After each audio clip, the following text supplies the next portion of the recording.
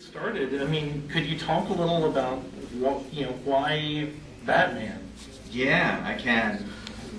So I'm 8 years old, and I have just graduated from Richie Rich. Those of you who remember Richie Rich, for those of you who don't, he was Donald Trump in short pants. I had graduated from Casper the Friendly Ghost to Archie Comics. Yeah. I was convinced by age 12 that my high school life, dating, the entire social life was going to be just the way I read about them in Archie Comics. There was never a malt shop, however, at my high school. I was severely disappointed in life. And then when I was 8, I graduated from Superman to Batman. Batman was darker. Batman was scarier. Batman, you had to move into a world where Gotham City was not quite as light and bright and kiddie-friendly and family-friendly as Metropolis was. But I'll tell you something, when I was 8 years old, I so identified with Batman. Here, at last, was a superhero who had no superpowers. Batman's greatest power, I contend to this day, is his humanity.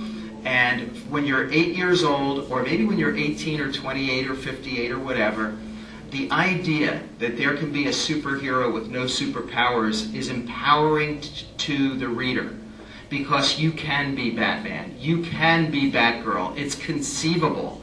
When I was 8, in my heart of hearts, I truly did believe that if I studied very hard, and if I worked out really hard, and if my pop bought me a cool car, I could be this guy. And the other magic for me was Batman had the greatest supervillains in history.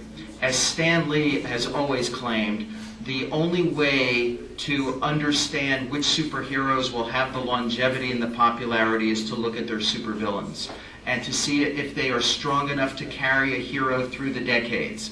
Because ultimately a superhero is defined by his supervillains. And for Batman, he had some of the most disturbed, psychologically damaged people the world has ever seen as his quote-unquote supervillains. You don't get the giant aliens and the giant robots and the genies anymore. What you get are truly, truly disturbed individuals that once again can bring a chilling effect to you.